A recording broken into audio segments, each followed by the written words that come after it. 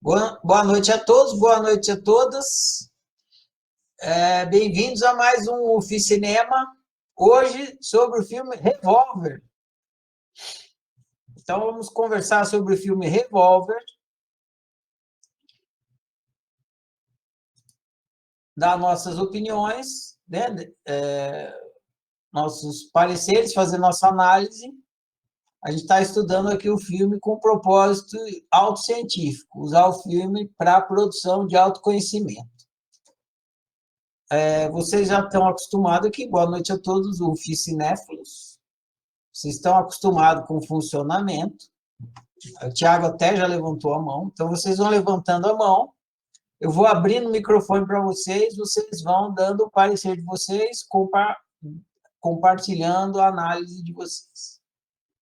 Aí a gente vai aqui até umas 9h30, mais tardar. Beleza? Então vamos começar essa nossa rodada aí. Espero que vocês tenham gostado do filme. Estou curioso para ouvir a análise de vocês. Cada um compartilhando aqui, a gente vai sair com uma boa reflexão hoje. Primeiro que levantou a mão aqui é o Tiago. Então eu vou abrir o microfone para o Tiago. Está aberto, Tiago, pode falar. Faça a abertura aqui da nossa conversa de hoje. Boa noite, gente. Tudo bem? Boa noite, Tiago. Me ouvindo? Eu fiz um texto também hoje, mas eu não, vou tentar não ler. Depois eu coloco no grupo lá. Eu vou usar como referência para não esquecer nada que eu queria falar. Tá ok, manda ver. Beleza. O que eu achei do filme, eu achei uma mistura muito inusitada, né? Porque ele é meio espiritual, né? Ou autocientífico, e meio filme de gangster. Esse diretor aí desse filme, ele fazia filme de gangster antes desse. E aí ele começou a namorar, acho que até casou com a Madonna. E ela tava no negócio da cabala na época. E ele pegou as influências, então ele misturou o mundo dele com o mundo dela. E ficou muito bom. Eu gosto muito desse filme. E então ele mostra o pessoal que, para sobreviver no mundo de crime, né, precisa ter a mentalidade da vingança, da violência, da paranoia, né? Ele tá sempre olhando por cima do próprio ombro. Precisa ser durão, precisa ser impiedoso, ser cruel e tal. E nesse mundo acaba surgindo, né? Me lembrou do símbolo da flor de lótus, né? Me lembrou em dois personagens. Tem o Jake, que é o principal, né? Mas também do aquele, como que é o nome dele? Deixa eu achar aqui. O cara que nunca erra o tiro lá, Sorter. Que ele começa a errar o tiro porque ele começa a sentir, né? Ele começa a ter sentimentos sobre certo e errado. Eu acho engraçado aquele personagem. Mas fora ele tem o Jake, que é o principal, né? Ele começa o filme preso e que é um símbolo, né, de você estar fechado em si mesmo, estar refletindo, meditando, né, se observando. E ele se desenvolve, né, na prisão. Ele começa a formar estratégias, a estudar e na verdade ele está desenvolvendo dois lados dele que são, né, as vozes lá dos personagens que ele descobre no final que são ele mesmo. Ele está desenvolvendo o lado estrategista, né, racional, intelectual, e o lado trapaceiro também, né, que é do mundo das ruas. São os dois caras lá que acompanham ele. E ele desenvolve esses dois lados, mas ele só tem, né, o despertar mesmo do lado de fora, quando ele está enfrentando aquele dono de cassino lá, Marsher, acho, alguma coisa assim. E é então que ele enfrenta, na verdade, o pior inimigo dele, que é ele mesmo, né? Que ele percebe que era a voz que estava, a personalidade ou mentalidade dele. Então a luta final é daquela cena que ele está preso no elevador, né? Ele no escuro lá e ele com ele mesmo. Essa que é a batalha final que acontece no filme. Não é ele com o Marshall lá. E depois que ele enfrenta, né, essa voz do medo, de um medo que não é baseado, né, no fato, que ele tem medo de ficar preso no elevador, e ele descobre que ele não estava preso, na verdade, que ele não precisa dar voz para para essa mentalidade, né? Não precisa dar ouvidos para ela. E ele está, na verdade, livre dela, não precisa ser controlado por ela. E ele acaba não tendo medo também do mundo externo, né? Ele está livre por dentro e ele se sente livre por fora. E o que acontece com o Mártir, né? O inimigo dele lá, é o contrário, é o caminho contrário. Ele, na verdade, tem tudo, ele tem uma vida boa, ele é super rico, a sociedade acha ele super bonzinho, porque o cara doou no nome dele lá. Ele meio que ganhou a luta contra o Jake, porque o Jake se rendeu para ele e tal. E mesmo assim a mentalidade dele não deixa ele em paz. Tem a cena que ele tá no quarto lá, todo paranoico, pensando que ele tem que fazer, que ele tem que se vingar e não sei o que, não sei o que. E ele tá rodeado de coisas de ouro, feitas de ouro. Só que ele não consegue viver bem com isso, ele não consegue estar bem no meio de tudo isso. No final, né, ele não consegue suportar essa mentalidade que é tão desgastante para ele, que joga ele para baixo e ele se mata, né? Então é ao contrário do Jake que ele faz, contrastando os dois lados. E outra coisa interessante também é o Sr. Gold lá, que é uma pessoa misteriosa, né? Que comanda tudo, todos os crimes são por causa dele, que é um símbolo de Deus, né? Pelo que eu entendo. E o Jake, ele se torna, né, mais próximo ao Sr. Gold, ou seja, ele está mais próximo da divindade por causa de todo esse trabalho que ele fez nele, desse despertar que ele tem e tudo mais. É isso. Valeu, Tiago. Grato pelo compartilhamento. O gangster lá da Cirola, que fica de cueca, é o Maca. Figuraça. Tem vários personagens sensacionais no filme, né? O Maca é bom demais. Quem é o próximo? Grato, Tiago, pelo compartilhamento. Quem é o próximo que quer compartilhar? Só levantar a mão aí que eu libero. Pô, mais gente, não vacila, não. Vamos que vamos.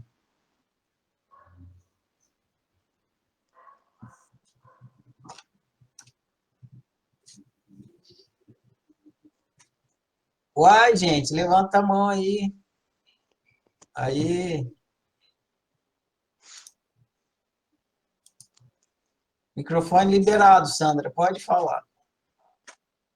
Se quiser abrir o vídeo também, fica à vontade. Te agradece.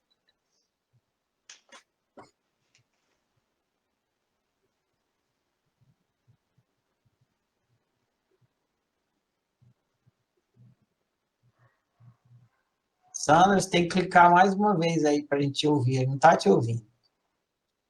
Microfone. Pronto, Isso, agora foi? agora Ah, tá. estamos te ouvindo. Então tá, boa noite a todos. Então, acabei de ver o filme agorinha e o filme é bem metafórico, né? Então, o que ficou claro aqui para mim é que os dois companheiros de cela do Jake eram aspectos dele mesmo, né? Ou seja, ele estava conversando com a consciência dele, o observador, conversando com o personagem.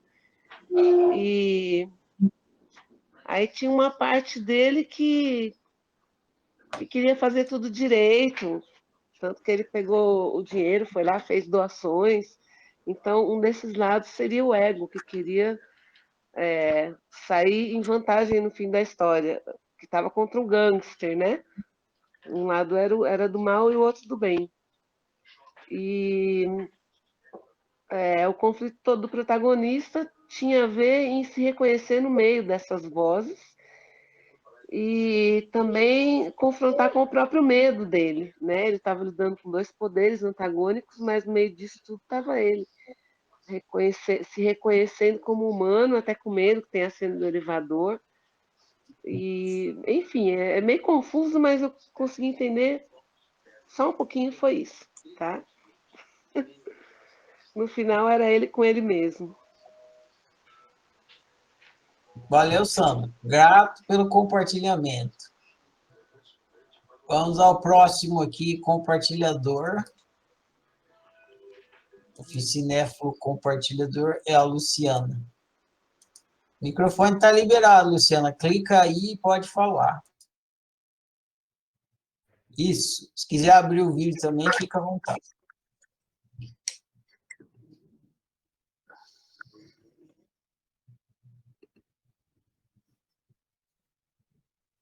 Nó, tá na rede hoje, hein? Evidão. Ainda boa. Boa noite, gente. Boa noite. Eu quero, assim, falar do filme, vou falar, assim, do aspecto que mais me chamou a atenção. Eu achei muito interessante esse filme, gostei demais, demais. E fui anotando, assim, algumas frases e percebendo que, em algumas vezes, eu estava, assim, no lugar esqueci o nome lá dele, do principal, lá do ator principal. Jake Green. Isso, Green. Né, e assim, eu anotei aqui, deixa eu comentar um pouquinho. Eles disseram assim, né? Você escuta essa voz há tanto tempo que você acredita que essa voz, né, é o seu melhor amigo. E eu já tive, assim, nessa situação, várias e várias vezes de perceber isso. Que essas vozes, né, que a gente acredita que é nós, isso que fica dizendo, faça isso, faça aquilo, olha o que te fizeram, olha isso, nada mais são do que pensamentos, né? Uma outra frase que eu achei interessante também, que eles colocam assim, né? Deixa eu ver aqui. Como que você acredita, alguma coisa assim, como que você acredita que isso existe, né? Se eu nem existo, alguma coisa. Deixa eu ver onde que eu anotei aqui.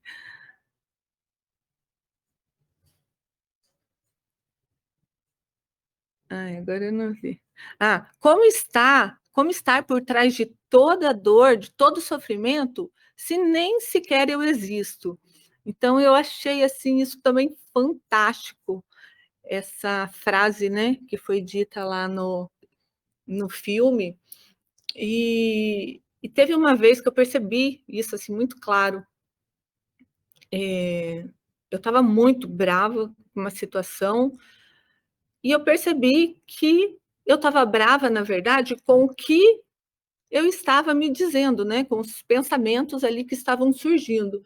E eu percebi que quando aquilo ali se ia, né? Quando aqueles pensamentos iam embora, não tinha nenhum problema. E eu falei, nossa, que coisa doida! Então, assim, esse filme ele veio me relembrar muitas eurecas, na verdade, assim, que eu já tinha tido.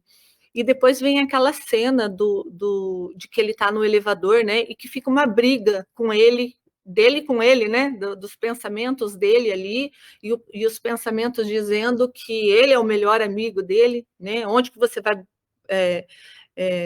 buscar, né? Onde que o inimigo poderia se esconder, né? Onde você não poderia imaginar, quer dizer, dentro da gente mesmo.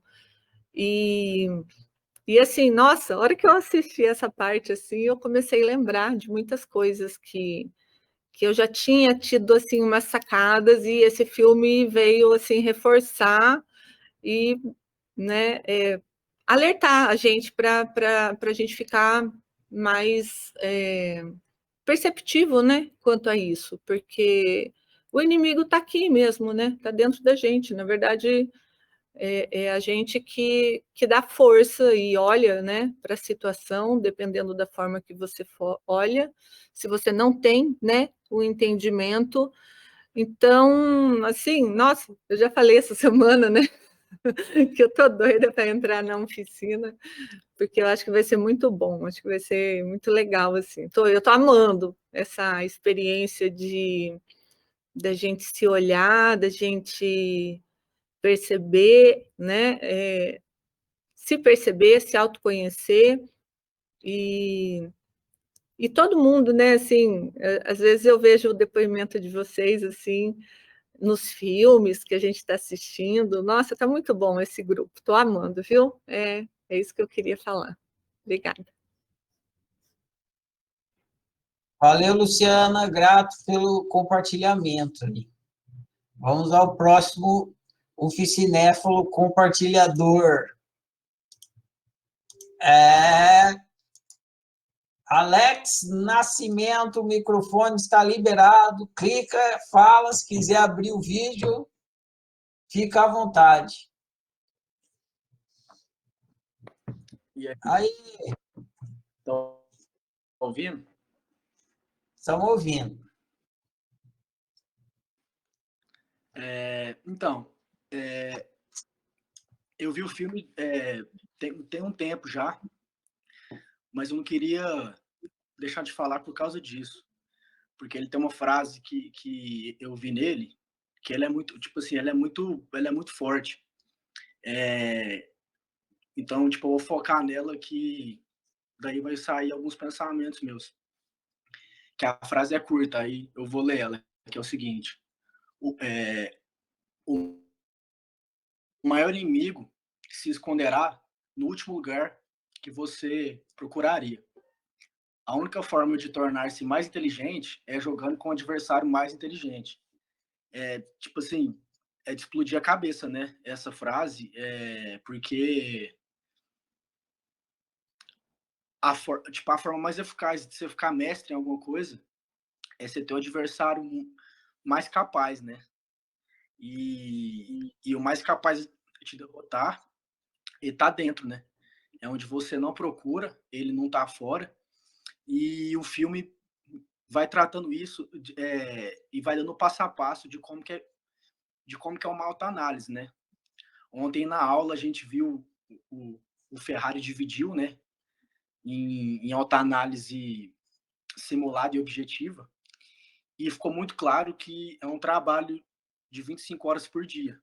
Porque o inimigo, entre aspas, que ele não é inimigo, ele é um degrau, né, que você tem que subir nele, porque inimigo,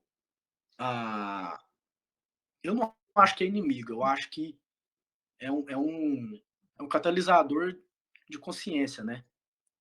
E, e ele, tipo, ele sempre chega no nível que você tá. Se seu nível é iniciante, ele é iniciante. E se você sobe de nível, o inimigo, entre aspas, sobe de nível. Então ele sempre vai estar lá, 24 horas por dia. Então não tem descanso. Isso prova, né? Mais que provado, a máxima que a oficina fala que o viver é uma escola, né? Porque se assim não fosse, o inimigo não estaria dentro o tempo inteiro. Se assim não fosse, teria descanso, teria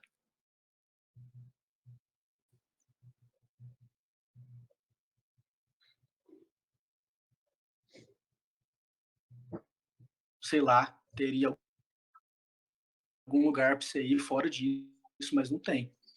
Então isso prova por lógica, né, tipo dedutiva, essa frase que o Ferrari usa que é de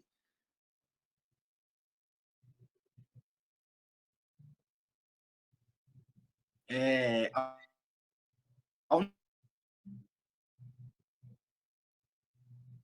única coisa a ser feita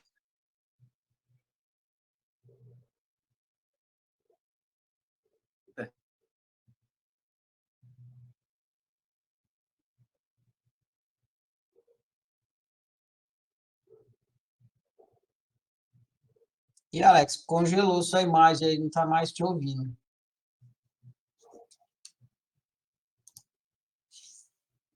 Só está vendo você com o olhinho de japonês.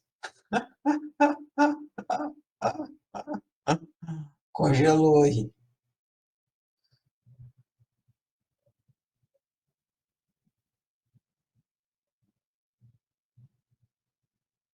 Pronto, Alex até caiu. Ficou tão.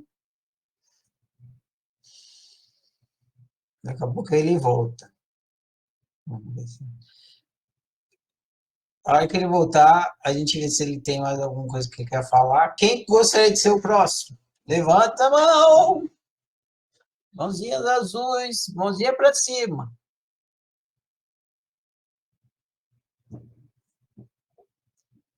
Vamos lá, gente.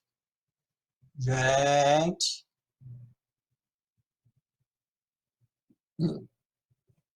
Pronto. Natália e Ana Kelly. A Natália levantou primeiro, depois vai você, tá, Ana? Pode falar, Natália, microfone liberado. Clica aí mais uma vez. Se você quiser abrir o vídeo, fica à vontade. E aí, moça?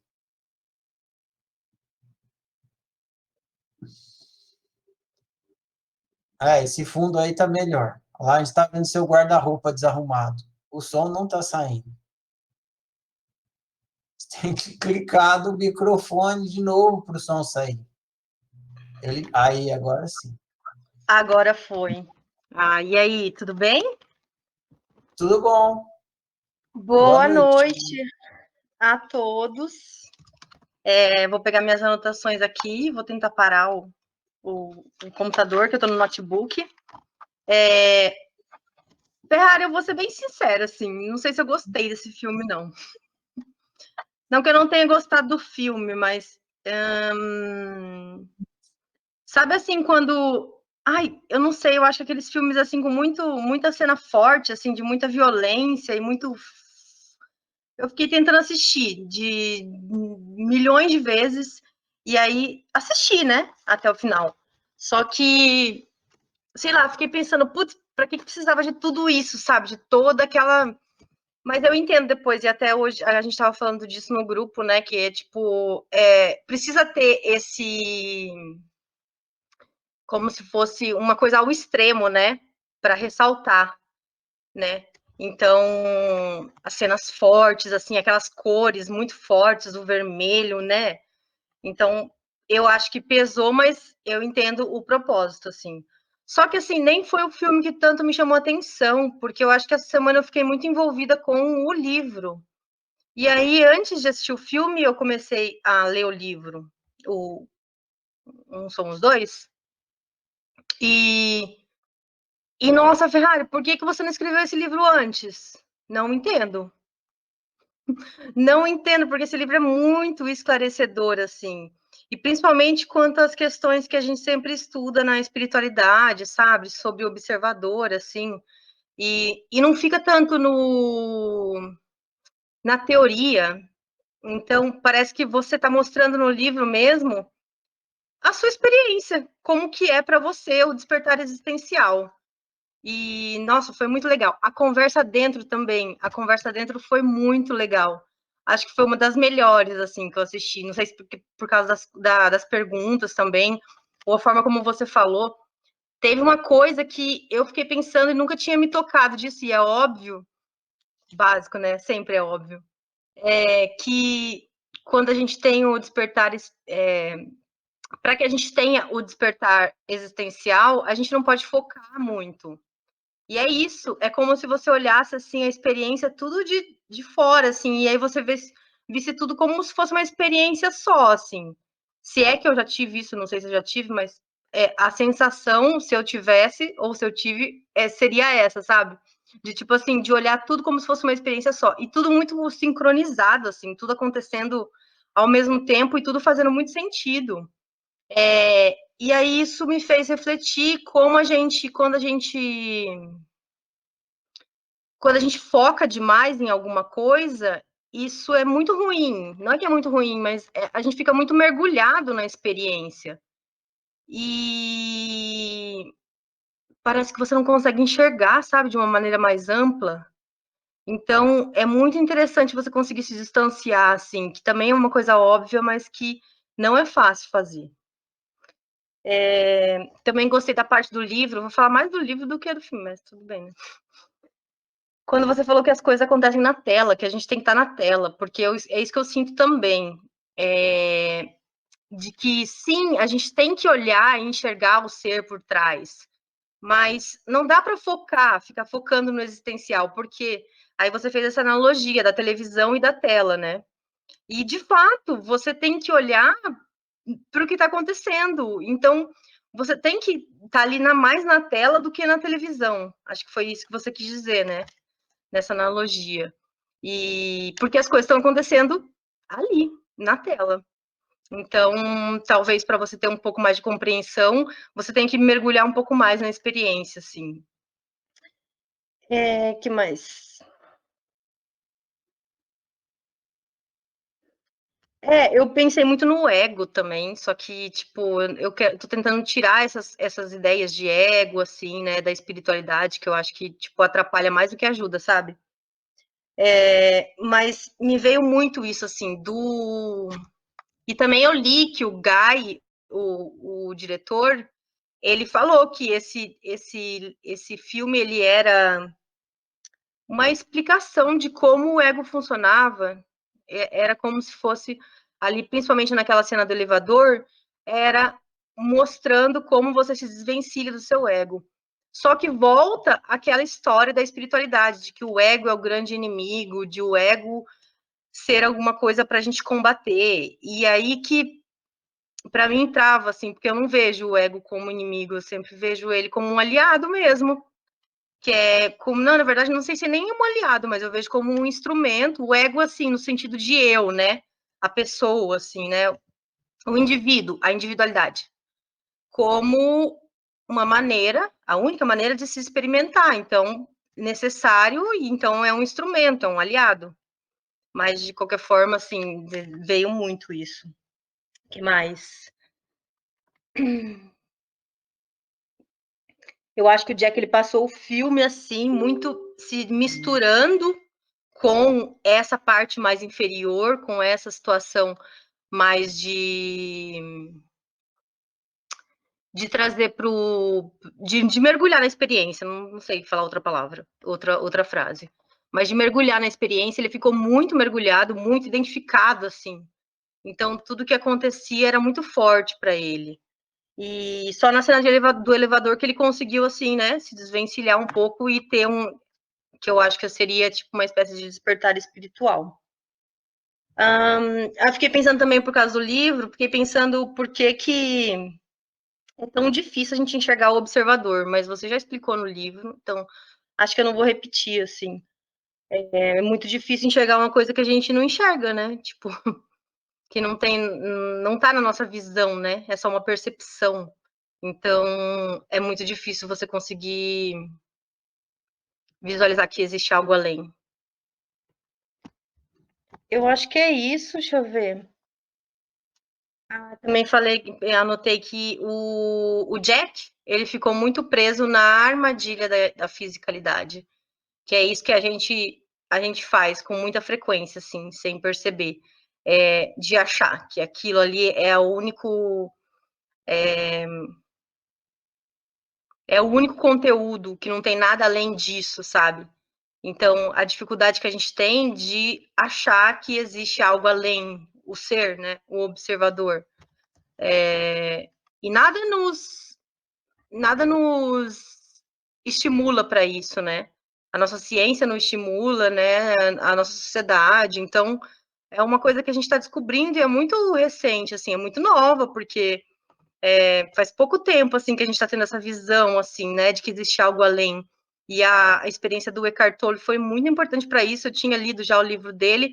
É tipo um livro para mim que é como se fosse um livro de cabeceira. Eu fico anotando as coisas no livro dele. E essa experiência que ele teve foi muito importante para isso. É como se você conseguisse enxergar além. Não é que você está separado, é que você está além do indivíduo, além, né, dessa experiência aqui. Mas é como você falou, não muda tudo, mas não muda nada. Cada vez mais a gente vê que é isso, assim. Aí, por último, então, eu queria falar de quando eu estou muito mergulhada na experiência, porque eu me identifico muito com isso, de esquecer que eu sou um ser. Eu esqueço, e aí eu volto. E como que eu faço para voltar? É quando eu estou sofrendo. Quando eu tô sofrendo, eu, tipo, meio que adiciono um gatilho falando assim, calma, calma. Você não tá sofrendo, você não quer dizer, não é que eu não tô sofrendo, mas eu falo alguma coisa do tipo assim, tem algo além desse sofrimento, sabe? Eu meio que falo isso para mim.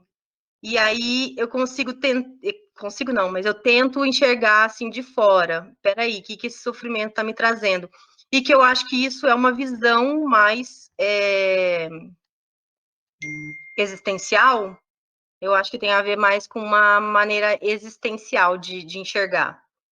Então, é muito massa, assim, conseguir fazer isso, né? De conseguir estimular e fazer com que esse gatilho funcione no dia a dia, porque funciona muito. Não sei se eu estou sabendo explicar direito, porque eu nunca tinha pensado nisso. Isso foi uma coisa que eu percebi agora, assim, que eu faço isso. De tipo assim, no momento do sofrimento, eu me toco. Oh, calma aí, calma aí. Esse sofrimento é só uma partezinha do todo. Vamos enxergar de fora, sabe? E aí que eu faço, que eu me distancio. Porque, de forma geral, eu tenho muita dificuldade, acho que muita gente tem dificuldade, né, de enxergar o observador. Então, a gente meio que fica assim, a gente dá um zoom na experiência e fica ali, sabe? Hiper focada. Então, é uma coisa que eu faço, que eu gosto, que eu acho massa, assim. E é isso. E um beijo a todos, adoro ver as pessoas nos vídeos. E pronto, terminou minha análise.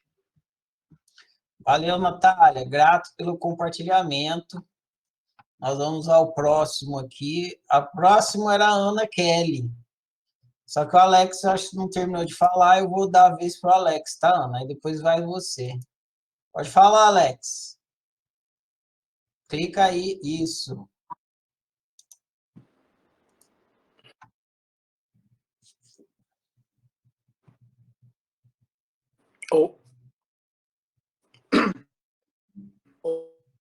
Valeu, Ferrari. Porque caiu aqui. Tá picando de novo, Alex. Mas agora deu certo. Então, aí só para acabar aqui meu raciocínio, eu tava falando. Eu tava. Tá ruim de novo? Eu vou tirar a câmera, ver se melhora. Você tá ouvindo aí agora? Melhor? Tá mais ou menos. Vai nessa. Vamos ver o que dá. Alô? Tá, Vai então lá. vamos lá. Se estiver ruim aí, você interrompe.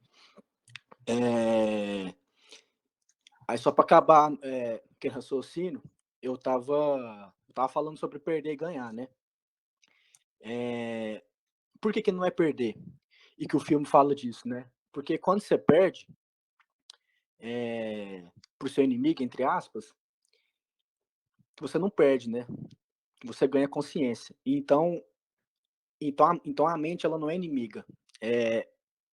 Ela trabalha a seu favor para despertar a consciência.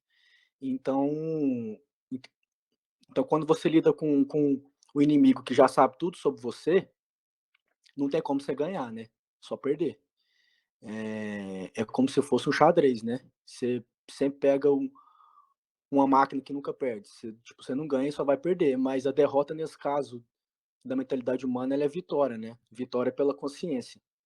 Então, eu acho que isso tem muito a ver naquela parte de admitir, né? Quando você admite, você tá mais perto da derrota. Só que a derrota, ela não existe, né? Ela só é vitória. Quando você percebe que o seu inimigo, que não é inimigo, ele tá a seu favor para o despertar, né? Porque o sofrimento vem para alertar e não para frear.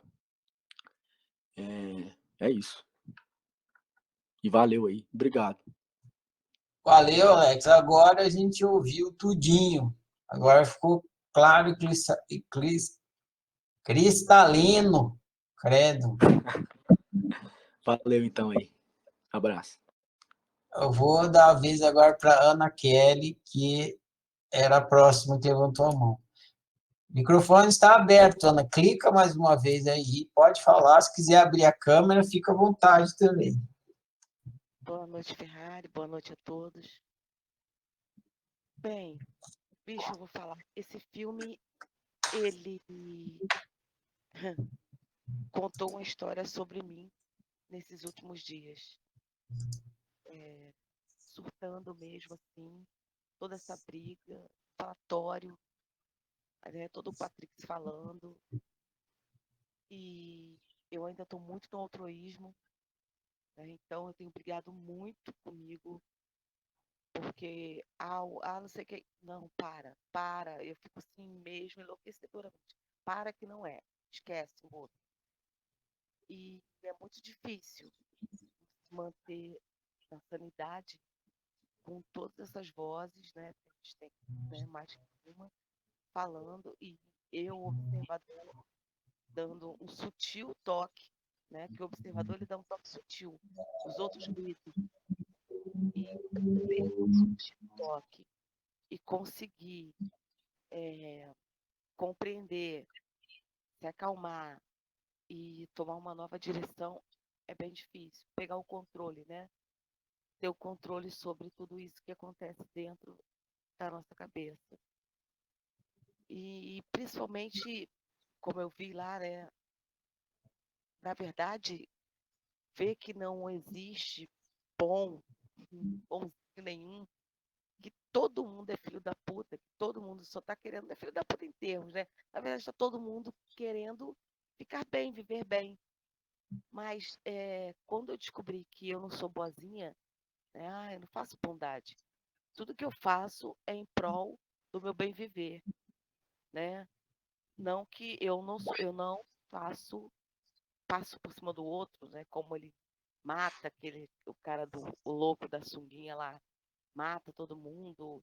Ele é completamente surtado, aquilo ali, esse surto todo, eu não cheguei a esse ponto, mas a ponto de dar a volta e não conseguir olhar para o outro de uma forma que não seja egoísta, isso me deixa muito mal de ver que eu sou assim. Então me causa transtorno, tristeza, e por hoje eu sei, né? E esse filme, ele relatou exatamente isso. Toda essa loucura, esse povo todo dentro da minha cabeça, essa falação, e eu observando e falando, caramba. Aí, quando vem o pico de estresse mesmo, aí eu respiro e falo, peraí, para. Eu chego a verbalizar. Às vezes vem tão forte que eu verbalizo, não fica só na mente. Falo, calma, dou um grito comigo, calma, cala a boca. Não é assim, não é isso. E exatamente surtando num quartinho, me debatendo ali, exatamente como o Jack. E vejo também a mudança do cara que nunca erra o tiro. Ele teve o lado dele, que a palavra não me vem nunca, que é o lado que tem carinho pelo outro, eu esqueci essa palavra. Então ele olhou para a situação e ele começou a mudar as atitudes dele e fazer escolhas, né? Esse é bom, esse é ruim, assim não. Ele sempre tinha uma meta, que era cumprir, ou ele foi pago para matar, então ele matava. Naquele momento ele decidiu averiguar e avaliar e ver o que seria melhor. Isso dá um alívio, saber que, né, calma, você não vai ser só egoísta, você vai conseguir, né? Você está se analisando, você está descobrindo que você é egoísta e está descobrindo toda essa loucura na sua cabeça, tudo isso. E o impacto foi muito grande. Eu já vi o filme, já é a segunda vez que eu vejo. A primeira vez foi muito difícil por causa da violência, né? Eu realmente não curto violência. O tiro me deixa muito sem chão. É o meu bicho-papão, que é favela, tiro, eu tenho muito medo. Mas essa segunda vez eu consegui assistir com outro olhar. E foi impactante demais me ver ali nos personagens, né? Eu me coloquei um pouco em cada um, era eu o louco de sunga, era eu o Jack, né, surtando, era eu com tudo ali e é o meu momento, estou exatamente dessa forma e desesperada porque é muito forte. Eu acho que esse renascimento, que eu acho que a oficina faz que a gente renasce, né? Esse renascimento está sendo para mim bem doloroso. É parto normal com pouca passagem, viu? É o que eu tenho para colaborar. Valeu, Ana. Grato pelo compartilhamento. Parto normal aí, com pouca passagem. É boa. Vai nascer nem que for no fórceps. Então tá, vamos para o próximo aqui. Lucélia, seu microfone está liberado. Só clicar e abrir. Se quiser ligar o vídeo, fica à vontade. Oi, gente, boa noite. Eu tô com fone, será que tá atrapalhando? Tá dando? Tá meio com chiadinho de fundo. Ai, Mas dá para peraí. ouvir. Eu vou tirar o fone, então. Melhorou agora? Tá bem melhor. Quando fica com fone, parece que dá essa interferência. Então, esse filme, eu já tinha assistido ele há muito tempo, e eu meio que não gostei, porque eu achei ele que era um filme de violência. E aí, quando eu assisti ele ontem, eu fiquei pensando que ele meio que reflete a mente humana. Aquele turbilhão de coisa acontecendo, pensamento e tudo, e é meio como se estivesse descrevendo mesmo o pensamento dos personagens. E isso aí acontece com o personagem principal, com o Jake. Ele fica... Porque tem um narrador, né, que fica narrando a cabeça dele, e aí eu comecei a ver os outros personagens como se tivesse tudo dançando dentro da cabeça dele.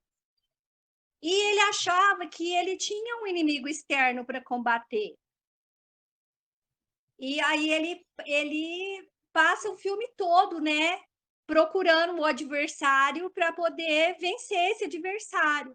E aí ele fala todas aquelas frases lá que ele vai falando ao longo do filme.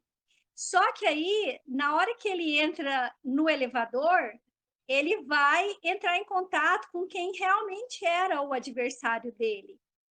Com quem ele ia fazer o jogo de xadrez dele mesmo, porque até então ele acreditava que ele tinha do lado de fora algo para combater. E aí, na hora que ele entra no elevador, que ele divide em dois, aí é a hora que ele sai da ilha e aí ele enxerga a ilha. Eu achei muito, muito representativa. Essa é a cena do filme, né? O resto é vertigem. É doideira mesmo. E assim, é como se assim, aquilo ali é a mente humana, né? Aquele turbilhão de coisa, aquela vertigem, é pensamento de todo jeito. E aí ele meio que retrata isso nos personagens, né? O Lord John, o matador lá, que quando ele levanta o óculos, ele pega a arma e dá tiro para todo lado. Eu esqueci qual que é. O que no final lá salvou a menina e o irmão do Jake. Então eu vi assim o filme, sabe? Como se fosse a minha mente e aquela baderna, e todo mundo achando que tem um inimigo externo. Todo mundo achando que tem alguém para combater, para vencer, né? E aí, aquela frase lá, né? Eu não lembro direitinho, mas assim, onde que o meu adversário esconde, né? Onde que ele está? E aí, ele... Então, assim, o ápice do filme, assim, a explosão do filme é ele dentro do elevador. É quando ele afasta e assiste ele mesmo. E aí, uma coisa assim que eu fiquei pensando, aí tem dois aspectos, né? Tem o aspecto do observador observado, que é quando eu saio da ilha para enxergar a ilha, quando eu sei que eu sou um olho que está vendo tudo, porque não tem como. Eu vejo os meus pensamentos, isso é inegável. Eu escuto a minha voz, é inegável. Eu vejo os meus medos, tudo isso é inegável. Então, eu sou um observador de mim mesma. Eu observo a minha realidade. Então, eu sou um olho que tudo vê. E esse tudo é tudo que eu enxergo, é tudo que é observado. E aí tem outro aspecto também, que é o do meu pessoal. Se eu não afasto da minha história para poder olhar para a minha história, de dentro dela, eu não vou conseguir fazer o meu autoconhecimento pessoal. Porque é isso que o Jake fez, ele saiu da ilha para ver a ilha. Ele saiu da história dele para poder ver a história dele. Aí acontece que a oficina fala para a gente, a história, aí eu vou descobrir o que a minha história tem para me contar. Porque se eu ficar rodando dentro da história, que é o que o Jake estava fazendo o tempo todo, ele não ia entender o que a história queria contar para ele, ele ia ficar preso no fato. É o que acontece quando o Ferrari falou isso na palestra de ontem, na conversa dentro de ontem. Quando eu fico... eu esqueci o que eu ia falar. Quando eu fico presa na... É isso, quando eu fico presa na história, eu não pego o que está acontecendo. Eu fico ali vivendo o passado, remoendo, chorando, sentindo as emoções tudo de novo, mas eu não estudo, eu não saio daquilo ali para poder enxergar o que aquela história tem para me contar. Então, assim, todo o trabalho de Diário da Consciência ajuda a gente exatamente a fazer isso. Sair da ilha para poder ver a ilha, sair da história para poder enxergar a história. É o que o Jake fez dentro do elevador. Ele saiu da história dele, daquela busca desenfreada para achar o inimigo, e ele achou quem estava ali, ele encontrou a resposta dele. Então, é isso, assim, nossa, esse filme, assim, ele foi sensacional para mim dessa vez, porque eu vivo mergulhada nas minhas histórias e querendo resolver a história dentro da história. Mas se eu não me distancio da história, eu não enxergo o que ela tem para me contar. Então, eu preciso realmente ser um analista. E um analista, ele põe a história no divã, ele põe o pensamento sentado lá e eu vai olhar para ele e entender. E aí eu sou, ao mesmo tempo, o meu observador, o observador de tudo, né, que está acontecendo, e eu sou o meu analista. Então, eu acho que e o Jake fez isso, e ele saiu dono de si de dentro do elevador, sensacional. É tudo que eu quero para mim, ser dona de mim.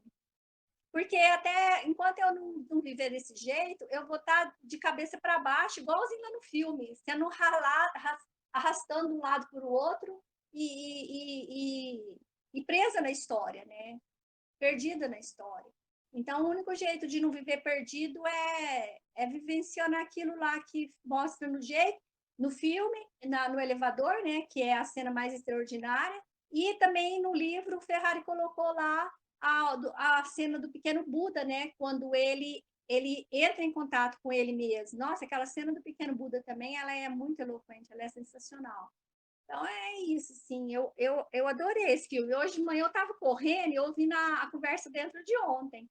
Eu fiquei perplexa. Eu pensei, gente, é muito simples a coisa, né? E assim, é tudo uma questão de opção. Eu quero isso, quero. Então, assim, então eu vou caminhar para isso. Vai ter hora que eu não vou conseguir, milhares, a maior parte do tempo, mas a minha decisão depois de tomada é só eu ficar nela. Então, eu fiquei pensando isso para mim, sabe? Porque, assim, eu me perco muito na minha história. E aí eu fico lastimando ela e caçando os meus inimigos. Só que não tem inimigo. Tem ignorância. Esse é o inimigo a ser combatido. Então, eu amei esse filme. E esse livro é um livro muito bacana. Mesmo minha conversa de ontem, a conversa dentro, quem não ouviu, super recomendo, porque ficou, assim, sensacional mesmo. Valeu, gente. Um abraço. Valeu, Lucélia. Grato pelo compartilhamento. É preciso sair da ilha para ver a ilha. Eu adoro essa frase. Se não me engano, é do Saramago essa frase. Quem não falou ainda e quer compartilhar, só levantar a mão, Zita, Azulzita. Aí, Mari. Aí sim, Mari. Boa noite, Mari. Clica aí mais uma vez para abrir. Se quiser abrir a câmera também, fica à vontade. Oi, dá para ouvir? Estamos ouvindo, Mari. Boa noite.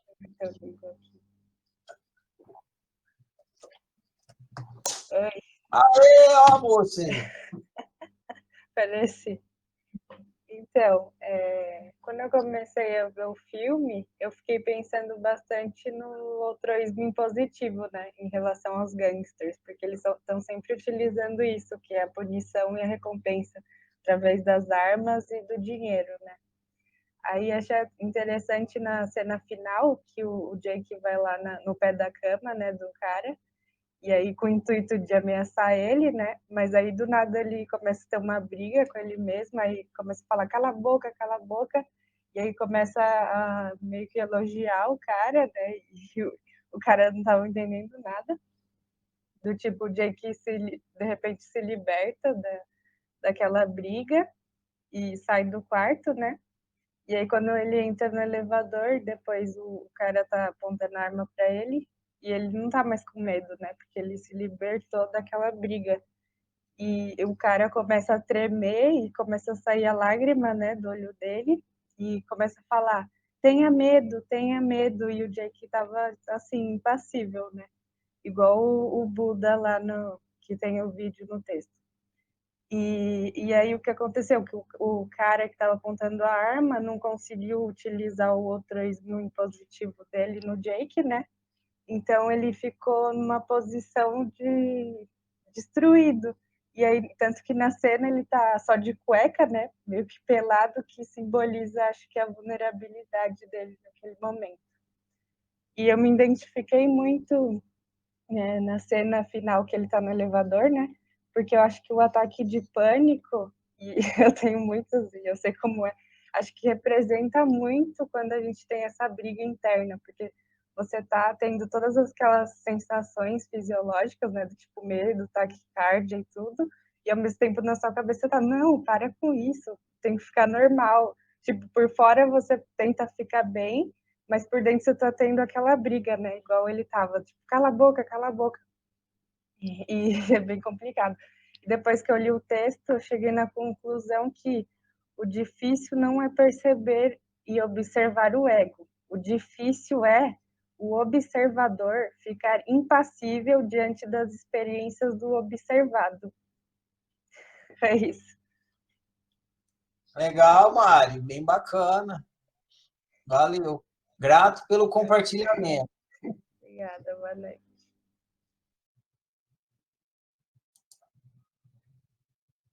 Isso aí, gente. Bom demais. Quem mais? Tem mais gente aí que assistiu e quer compartilhar a sua análise? Alguém mais? Mas cadê os oficinéfilos de minha pataca que não assistiram o filme essa semana? Como? Eu vou chamar o Jake para ir lá, o Maca, o Sorter. Ele não erra o tiro. Alguém mais? Dou-lhe uma. Aí, Valquíria. Pronto, Valquíria, seu microfone está liberado. Se você quiser abrir a câmera, fica à vontade. Tá bom, boa noite, Ferrari, boa noite a todos. Eu assisti o filme, gostei muito, gosto muito desse filme, só que eu achei que ia dar tempo de eu fazer aqui um resumo e não deu tempo, então eu vou falar só umas coisinhas aí. Inclusive, esse filme me lembrou muito a cena do Matrix, onde o Neo observa as balas vindo, né, caindo, uma chuva de balas, e ele fica observando a bala, e as balas caem no chão, ele pega uma das balas e, assim, olha todos os lados da bala e tal.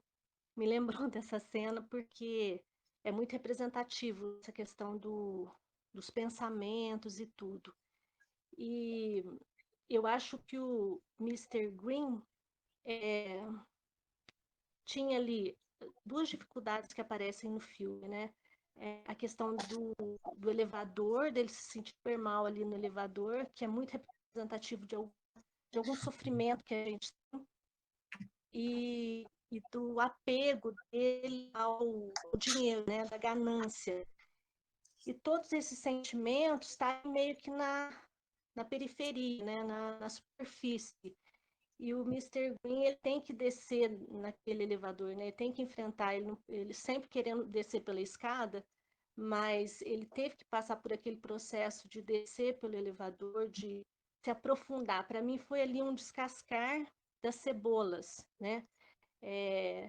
Quando ele faz toda aquela retrospectiva ali, desde lá né, que ele estava na cela, na solitária, ele vem repassando toda aquela história para ele entender aquelas vozes, para ele se desidentificar com aquilo.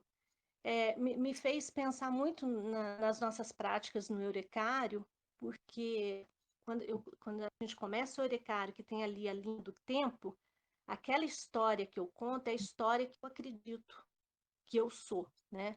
É o que eu tô identificada com aquilo, porque eu nasci e me deram um nome, e eu cresci acreditando que eu sou a Valquíria, que eu moro em Minas, e um monte de outras histórias que foram ali, um monte de outros traumas, né, que vão fazendo toda essa bagagem de memórias e de crenças, e eu me, me identifico com isso, de uma certa maneira. E ali no passo 7, né, quando eu conto a história, depois de já ter feito toda aquela análise, eu conto aquela história, mas eu uso um outro nome, eu uso no passado, eu crio um espaço entre eu e aquela história. Eu acho isso muito interessante, acho que é uma sacada da oficina, assim, fantástico, porque nesse momento é um momento que eu me desidentifico com aquilo ali, eu vejo que aquilo ali é fruto de crenças, é fruto de traumas mal resolvidos, né? E, nossa, esse filme é fantástico, né? Tem muitas frases que poderia, assim, são uma aula, uma verdadeira aula ali. Essa frase mesmo que o Alex falou, muito assim, muito verdadeira, né? Que o inimigo ele tá dentro, né? Que a gente, quer dizer, a gente acha que é o inimigo, mas ali é o gerador, gerador de output, né? Que eu fui ao longo dessa história, eu fui acrescentando ali, eu fui pegando de outras pessoas e todos os meus outroísmos que estão aqui e que eu preciso enfrentar, assim como o Mr. Green lá enfrentou o elevador, a cena do elevador também é fantástica. Eu acho que é real, né? O que a gente vive aí no dia a dia, nesse processo de autoobservação, de ver essas vozes aí nos dizendo, nos trazendo tanto sofrimento e, esse momento dele olhar para as vozes e não se identificar com ela é fantástico. É isso.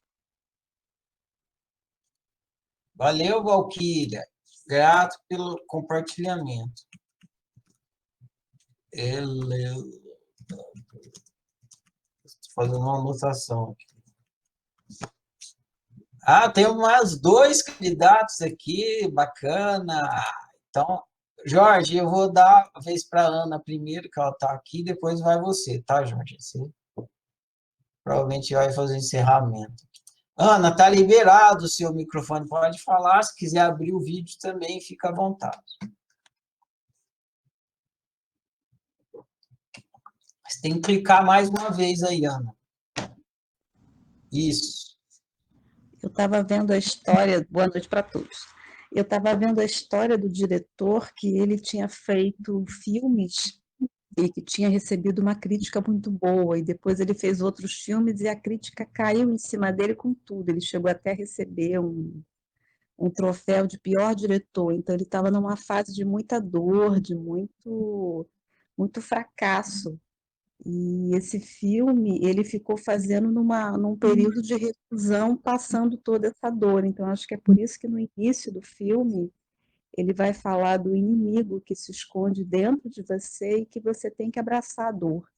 Que quando você abraça a dor, você consegue vencer o jogo.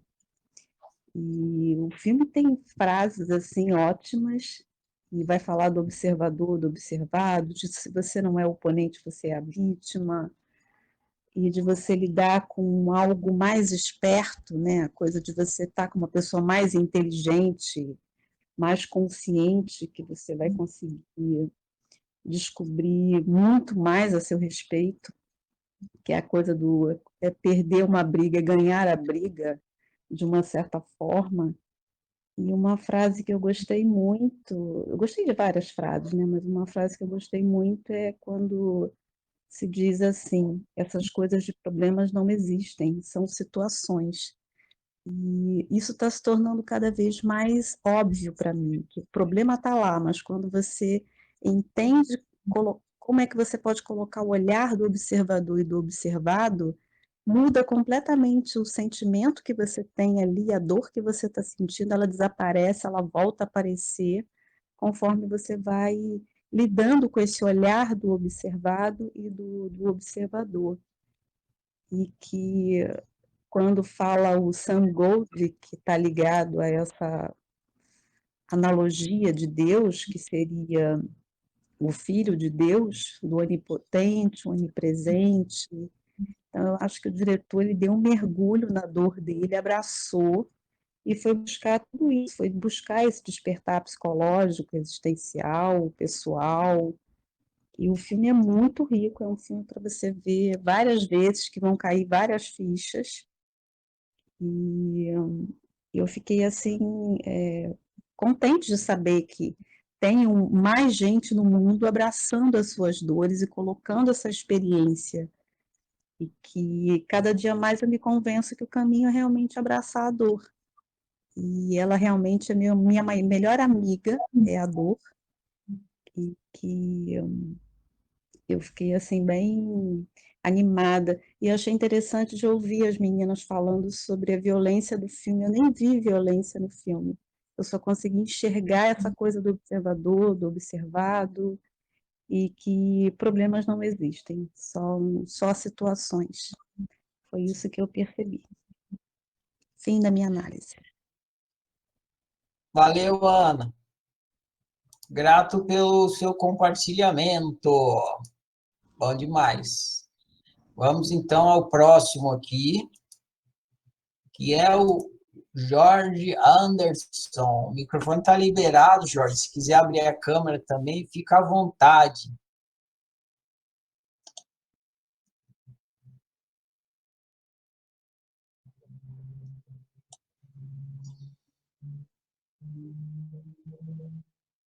Seu microfone está, nós não estamos te ouvindo, não. Você está falando? Alô, me Aí. ouvem? Tá. Sim, te ouço. Eu assisti esse filme há muito tempo atrás e eu lembro que na época eu fiquei muito encasquetado com quem seriam os dois caras lá, né, os parceiros de prisão. E eu aí deixei de lado e não consegui pesquisar e entender melhor. E aí, para variar, assisti hoje de novo rapidamente e não consegui esclarecer isso. Mas, com tudo que foi falado, né, eu fiquei pensando em várias coisas. E uma delas é a conexão do livro da semana, como eu falei até ontem também, com o livro Quem, né, que ele fala dos vários eus.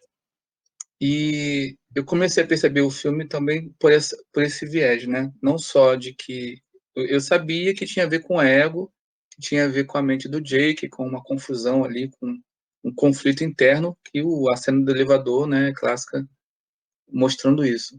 Mas quando eu percebi essa coisa do jogo, né, que o Sorter ele fala para a menina, né, só um jogo de adultos, tal.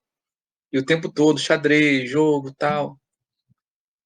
E aí tem o filme é totalmente metafórico, mas, né, eu achei, como a Natália falou, né, ele é um pouco pretensioso, ou às vezes um pouco demais pretensioso, no sentido de eu quero fazer um negócio bem cabeça, eu quero fazer sabe, uma coisa super labiríntica, né? E aí você tem que assistir e depois ir procurar alguma coisa na internet. Mas beleza, eu gosto assim. Só que eu não consegui fazer essa pesquisa, entendeu? Mas a contribuição que eu quero dar é o seguinte: a metáfora do sonho, eu acho que cabe muito ali, porque e aí faço a conexão dos dois livros, né? Do Um Sou Dois e do Quem. Porque no sonho, quando você está sonhando com uma galera assim, de 20 pessoas, todos ali são você. Né? Então, se você sonha com seus irmãos, seu pai, como eu já sonhei várias vezes, todos ali são eu, né? E ali cada um tem a minha visão de como são aquelas pessoas, não são as pessoas. E é a mesma coisa que acontece na nossa experiência, né? Então, o pessoal falou muito sobre isso, né? A interpretação que eu dou. A Val falou uma coisa bem interessante também, que na linha do tempo, quando a gente conta a história, é a minha versão. De repente eu chamasse a minha avó, meu pai, meu tio para contar a minha história, seria totalmente diferente. Né? Qual a versão verdadeira? Aí volta lá, né? Ilha do Medo, Metrô de Pi. Às vezes você esquece coisas que aconteceram, tem aquela coisa do trauma que você também, né, prefere não encarar. Então, voltando na questão do sonho, ali são muitos, né, e todos eles são eu, são a minha mente ali fragmentada. E ali, essa ideia do ego game, ela está muito presente, né, como eu disse. Xadrez, a questão do bandido, do mocinho que se confundem. Então, isso ficou legal no filme. Acho que é uma metáfora legal.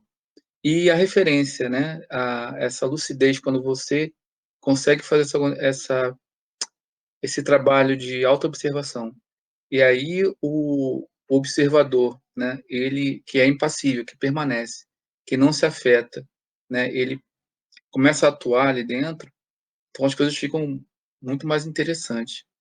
E a referência lá do livro ao filme, né, O Pequeno Buda, é, é fantástica, porque tem até uma coincidência, né? A mesma cena, quando o Buda está lá recebendo as flechas e transforma em flores, pela lucidez dentro do sonho que ele alcançou, é o mesmo ator, é o Keanu Reeves, que faz a cena das balas em Matrix. E, e essa questão de quando você alcança a lucidez e você tem o domínio total, né, tem a ver com o filme também. Quando ele começa a ganhar, quer dizer, ele sabe. Tem até um lance de física quântica ali, né, que estudou física quântica e a teoria de tudo está muito na moda hoje, que se você descobrir o princípio desse universo fractal, você consegue descobrir como as coisas acontecem, se processam, até descobrir o futuro, passado e por aí vai. Então, descobrindo como é o jogo, como ele funciona, estando lúcido dentro do sonho, né, é ilimitado ali as possibilidades. Então, o filme tem esses dois lados, mostrar o conflito entre os eus fragmentados, não só o ego do Jake, mas ele representando todos esse, né, o bandido, o cara que atira, a criança, e todos ali, né, todos ali são eles, são um grande jogo, o ego game, e o lado da lucidez, quando o observador ele toma conta, né? Ele se vê lúcido ali naquele grande sonho. Então acho que é uma metáfora legal para a gente refletir.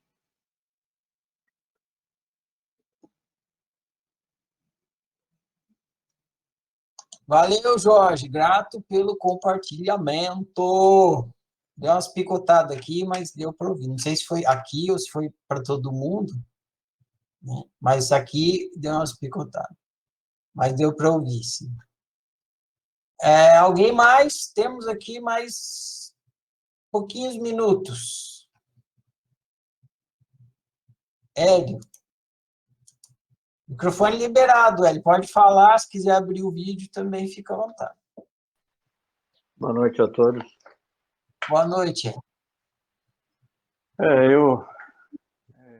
Mais um filme que a gente tem que parar, pensar e refletir, ter diversas interpretações, né? Achei que esse livro, esse filme lembra muito aquele o Clube da Luta, né? Deixa várias interpretações para a gente pensar, né? Eu vi também que eu não sei se alguém já comentou, porque eu cheguei mais ou menos agora, que o Jack, ele encontra aquele dois personagens, né, o Ov e o Zack, né, que são inimigos ou amigos internos dele, né, que dentro da imaginação eles salvam a vida do Jack, mas ele, na minha opinião, eles mostram para ele o materialismo, né, o quanto é difícil viver ali apegado daquilo, que nem ele falou assim, não, ele está devendo para mim ainda, não, mas ele tem que pagar, essas coisas, né?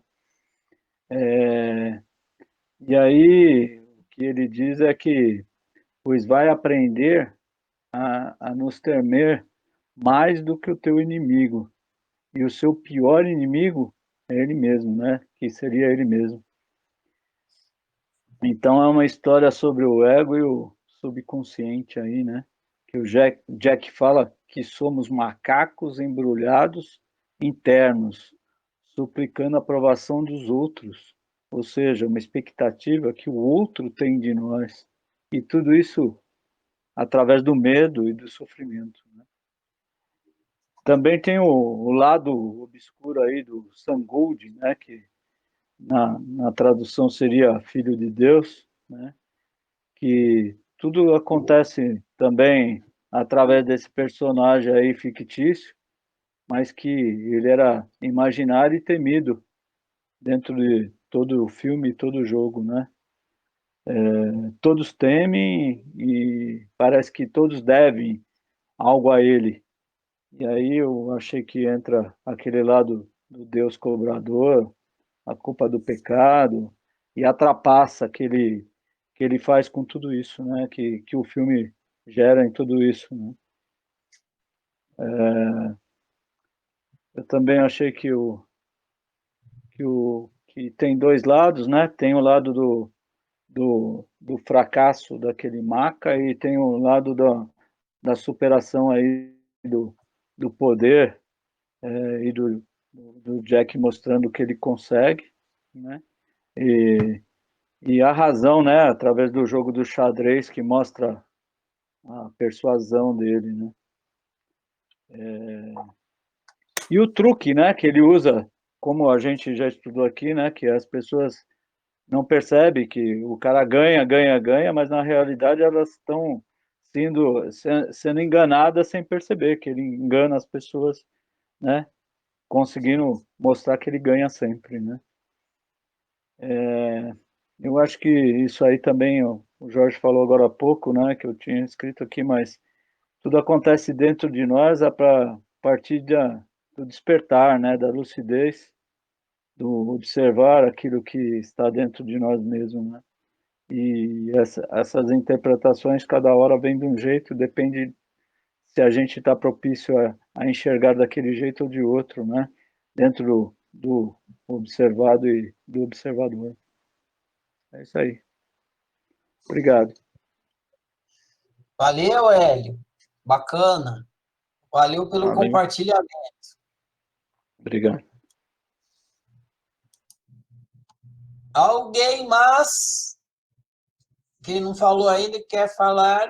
Deve ser o tostão de análise. Dou-lhe uma. Dou-lhe duas. Dou-lhe 2,5. Dou-lhe 3. Então, vou eu agora. Yes! Vou abrir a câmera para vocês aqui. Me ver. Estão me vendo aí? O som tá ok?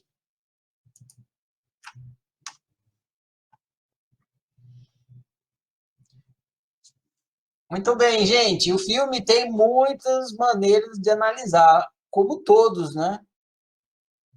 A gente pode pegar um filme e analisar de várias maneiras, relacionar ele com diversos livros. Mas eu relacionei ele com o livro Um Sou Dois. Então, a minha análise é nesse sentido.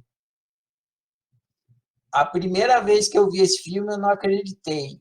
Falei, nó, tiveram a manha de fazer um filme bacana.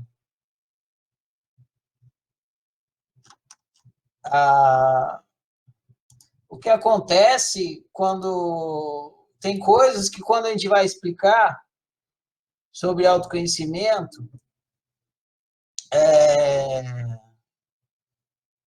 a gente falta recurso didático para explicação. E o filme, quando tem um filme assim que mostra na tela com recursos de narrativa e de audiovisual, ajuda demais. Então, por exemplo, quando o filme põe o narrador, que é a voz dentro da cabeça da pessoa, você não tem uma... Por mais que você explique uma coisa para o aluno, você vê um filme mostrando uma voz dentro da cabeça da pessoa é muito mais explicativo do que eu pegar e explicar que tem uma voz dentro da sua cabeça. Aí você vê o filme, você vê, pô, aquela voz que está ali na cabeça do personagem do filme está representando a voz do meu pensamento aqui e tal. Então, tem alguns recursos nos filmes que são hiperpedagógicos, que nada que um professor faça vai conseguir explicar melhor do que um filme mostrando ali. E ainda o ator está representando como se fosse uma pessoa e tal. Então, esse filme faz isso. Ele mete aquele narrador lá que está dentro da cabeça, que é a voz do pensamento, né? Tem filme que faz isso, tem livro que faz isso, e ajuda bastante a exemplificar sobre questões de autoconhecimento. Então, esse é um dos motivos que eu escolhi esse filme, que ele usa esse recurso e ajuda a gente a entender questões da autoobservação. Eu escolhi esse livro porque está ligado ao livro Um Sou Dois, que trata da questão da autoobservação. Então, quem assistiu o filme, pensando que o filme mostra questões, está mostrando ali, está relacionado à questão da autoobservação, assistiu o filme com o propósito que ele foi indicado. O meu texto, então, eu vou ler aqui a minha resenha que eu escrevi. Ela é mais curta hoje. Ela trata da questão da autoobservação, que é o motivo de eu ter relacionado esse filme com o livro Um Sou Dois, que é o passo que a gente está no ciclo de estudos agora. E, para quem não sabe, eu acho que todos vocês aqui sabem, né? O ciclo de estudos está no finalzinho, é o penúltimo passo, e a gente está lendo 3 livros finais que é para preparar quem está no ciclo de estudos para entrar na fase de prática. Então, a reflexão sobre o processo de autoobservação, como que executa, é muito importante, porque os alunos que estão terminando o ciclo de estudos vão entrar na fase de prática, eles vão estar praticando autoobservação e autoanálise. Então, é muito importante. Então, é importante, para fazer o processo de autoobservação, entender a questão do observador e do observado, que é o que trata no livro Um Sou Dois. Muito bem, dito tudo isso, eu vou aqui a leitura da minha resenha. O título dessa minha resenha é Acorda, Observador, com ponto de exclamação no final. Acorda, observador. Análise autocientífica do filme Revolver. Observação é a base de todas as ciências. O que muda de uma ciência para outra é o objeto observado. Por exemplo, o objeto observado da fisiologia é o corpo. O objeto observado da biologia são as células. O objeto observado da química são as moléculas. O objeto observado da astronomia são os astros. E assim por diante. Não tem ciência sem observação. Não tem ciência sem observação. Porém, não tem observação sem observador. Não tem ciência sem observação. Mas não tem observação sem observador. Observação sem observador seria como fotografia sem câmera. É impossível. Na ciência, o observador é o ser humano. ou seja, o cientista. É o biólogo que observa e estuda as células.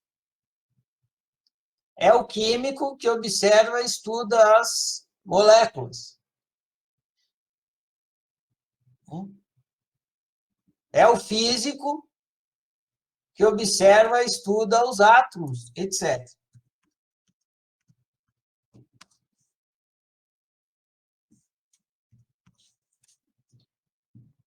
Na ciência, o ser humano é o observador.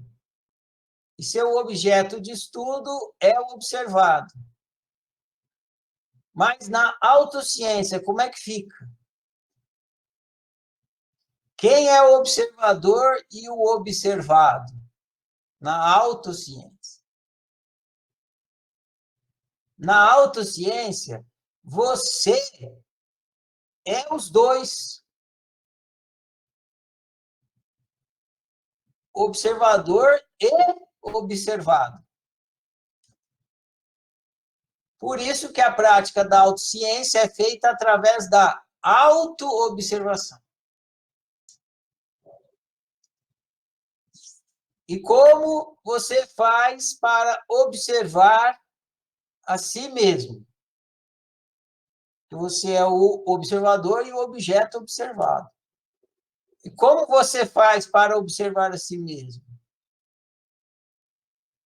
Usando os 5 sentidos, olhando para você, se apalpando, se cheirando, se lambendo? Não. Se você usar os sentidos para se conhecer, você estará conhecendo apenas o seu corpo, mas não a pessoa que você é.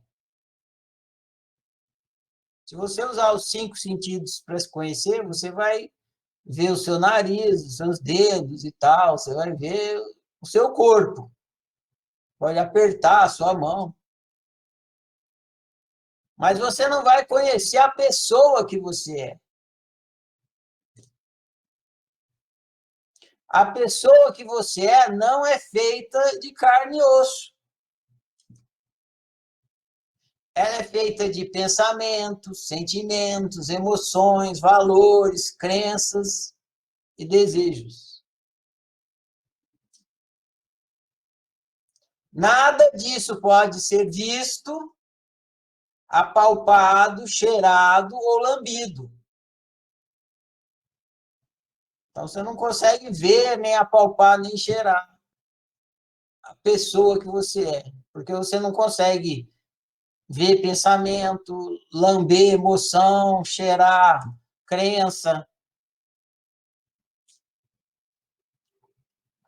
Para observar sua personalidade, ou seja, a pessoa que você é, você deve usar um 6º sentido. 5 sentidos não servem. Você tem que usar um 6º sentido. Esse 6º sentido se chama autoobservação. É através da autoobservação que você vê, lambe, cheira e apalpa os seus pensamentos, sentimentos, emoções, valores, crenças e desejos. Você está constantemente ciente dos seus pensamentos, sentimentos, emoções, valores, crenças e desejos. Então, você está constantemente em autoobservação e constantemente ciente de você observado. Então, atenção aqui, que aqui está o pulo do gato. Vou ler de novo. Você está constantemente ciente dos seus pensamentos, sentimentos, emoções, valores, crenças e desejos. Então, você está constantemente em autoobservação e constantemente ciente de você observado.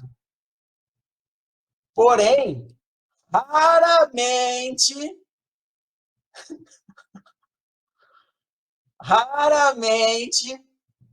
você está ciente de você, observador. Sem o qual a observação do você observado não seria possível. Não seria possível você estar ciente dos seus pensamentos, sentimentos, emoções, se você não fosse um observador disso. Só que raramente você se dá conta que você é observador disso. Dos seus pensamentos, sentimentos, emoções. Você fica experimentando, só que você não se dá conta que você está experimentando. Você não se dá conta que você é o observador. Se não existisse você, observador, podia acontecer sentimento, o que fosse, você nem ia saber que existia.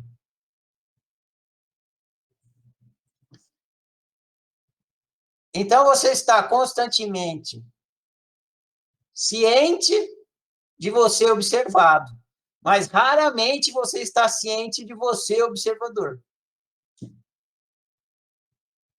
Despertar para você, observador, é muito importante para a prática de autociência. Possibilita que você observe e analise a si mesmo, ou seja, você observado, a pessoa que você é, com imparcialidade, com a imparcialidade e o rigor que toda investigação científica precisa ter. Então, vou repetir isso aqui. Despertar para você, observador, é muito importante para a prática da autociência. Possibilita que você observe e analise a si mesmo com a imparcialidade e o rigor que toda investigação científica precisa ter. Possibilita também que você fique em paz com o que você está observando em si mesmo. Você fica em paz com o que você está observando em si mesmo. Mesmo que desagradável, mesmo que doloroso. Quando você está consciente de você, observador, mesmo que o que você está vendo em você é desagradável e doloroso, você fica em paz com aquilo. Por fim, despertar para você, observador, mata seu velho entendimento sobre quem é você e produz um novo entendimento. A vida e o jogo de viver muda completamente, sem que nada mude. Naquela velha frase, tudo muda sem que nada mude. É isso que acontece com o protagonista do filme Revolver, quando ele entra no elevador. Jack Green encara seus medos. Pá. E, ao fazer isso, desperta para o observador que é. O resultado é que tudo muda sem que nada mude. Por isso que ele fica ali naquela...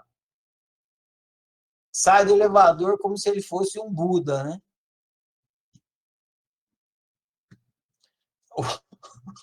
O elevador é a figueira dele. Né? Buda ficou sentado embaixo de uma figueira, o Mr. Green, Sr. Green, entrou no elevador. Claro que nada disso está explicitamente explicado no filme.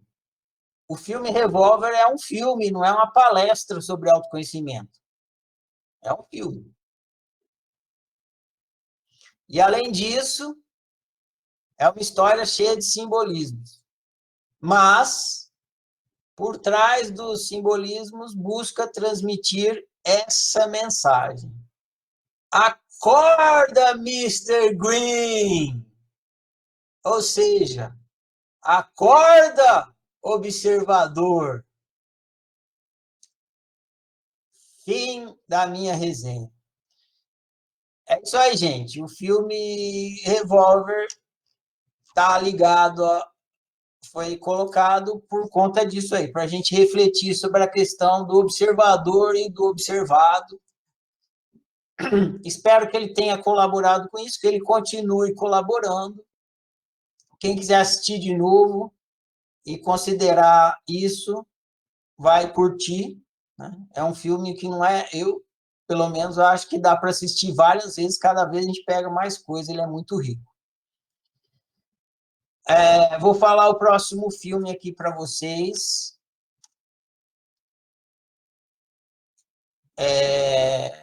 Porque o título é Revolver? Boa pergunta, Thiago. Eu não tenho ideia, não. Ninguém comentou, eu não tenho ideia também. Vou falar o próximo filme para vocês.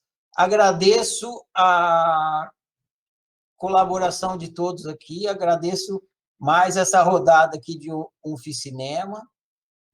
Quando o filme assim é muito metafórico, fica mais difícil de analisar, né? Mas beleza. Esse próximo filme que a gente vai assistir, ele não é metafórico, ele é uma história, assim, dessas histórias comuns. Mas ele é meio documentário, assim, porque ele vai contar a história de um personagem que realmente existiu, então ele é tipo aqueles filmes históricos, que conta a história baseada em fatos reais. E como o próximo livro que a gente vai estudar no ciclo de estudos é o livro Pensamento no Divã, que trata da questão da autoanálise, então o próximo filme que a gente vai assistir é Freud, Além da Alma, que é o pai da psicanálise. E o filme vai contar a história da criação da psicanálise, contando a história do Freud. Quem não assistiu, é imperdível esse filme, então vai ter a oportunidade de assistir. Freud, Além da Alma. Amanhã eu posto o link do novo filme, posto as perguntas aí, vocês... a gente vai esticando a conversa aqui no grupo do UFCinema. Então é isso, meus caros. A grande alegria aqui estar com vocês mais uma vez, foi muito bacana, mais essa rodada de UFCinema, vida longa UFCinema. Vamos para a próxima rodada. Bom demais. Boa noite para nós tudo. Eu gravei aqui porque, a pedido da Natália, eu vou postar logo que eu terminar aqui, o áudio aqui no grupo, na sequência. Se vocês falarem, não quero que publique a minha fala, vocês escrevam aí, falam para a Natália, que aí ela não, sei lá, ela vai se virar aí, não sei o que ela vai fazer, tá bom? Então tá, gente, boa noite para nós tudo, prossigamos.